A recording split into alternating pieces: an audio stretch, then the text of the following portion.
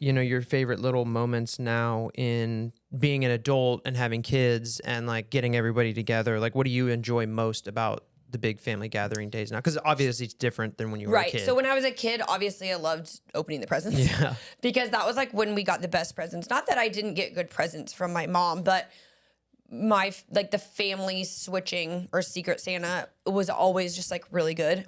But what I love most, I think, is one, I love to see my grandma at these, at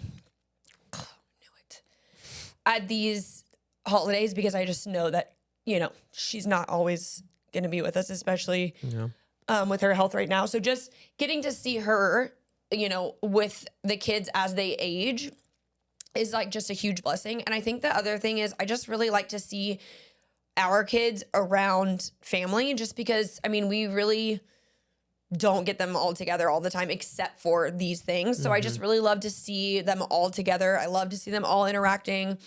And I always love to see the pictures, I really just love seeing them grow, and I love seeing them open the presents. Yeah, I sound like a typical mom. I'm going to take about 1,000 pictures. You or me? Well, no, me. I'm going to have the camera with me, but... Oh, yeah, because you'll take the... it'll be like the Facebook it'll be album. Yep. But, the kids, obviously, they get 2 weeks off during this time from school. And me. Oh, yeah, you too. I don't, unfortunately. Holla, all my teachers. We obviously have to remain calm in these situations, right? Like, totally. We can't treat this time as like just a free for all. Oh no, gosh, that'd be like pure chaos. So how and why is it important that we, stay on these, routines that we've gotten them in, and like how is that for you? Because you technically don't have to stick to a routine now. So like, can you talk about that a little bit on why it's important? Well, I think, not to call myself out, but I am kind of like a small child in an adult body.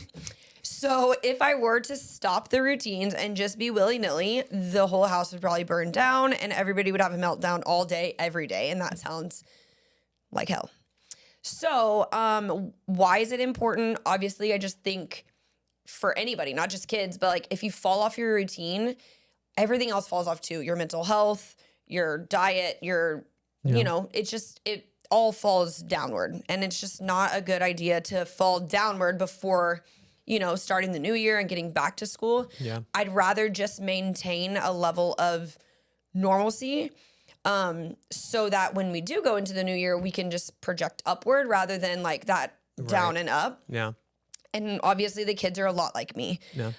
So I feel like if we don't stay on that track, then it's just not good for any of us. Yeah. And especially you being at home for work. We want to respect that too. Yeah. Because, during this, there's so much of an ebb and a flow of like they get out of school and it's like they want to like just do whatever they want. They want to stay up late. They want to, do all those things. But it's important that we have time for like recharging. Totally. Right? Like you have to take advantage of that. I don't want to say crash because we try not to crash. Right. We try to maintain the structure. Right, because I feel like the crash is like it's what sets you up for not success going into the sets you up for failure. And like I know that they're kids, but I think something we do really well is we set them up for success, and it comes down to us. Yeah. We have to follow through with that, and just maintaining it is important. So in that, it would be important to maintain like self-care for you. Right. Well, I guess adults in general, but like you, because you're a teacher, you get the 2 weeks off. Right. Right. So do you look at it like that is an ultimate time of recharge from what you've been doing for months prior?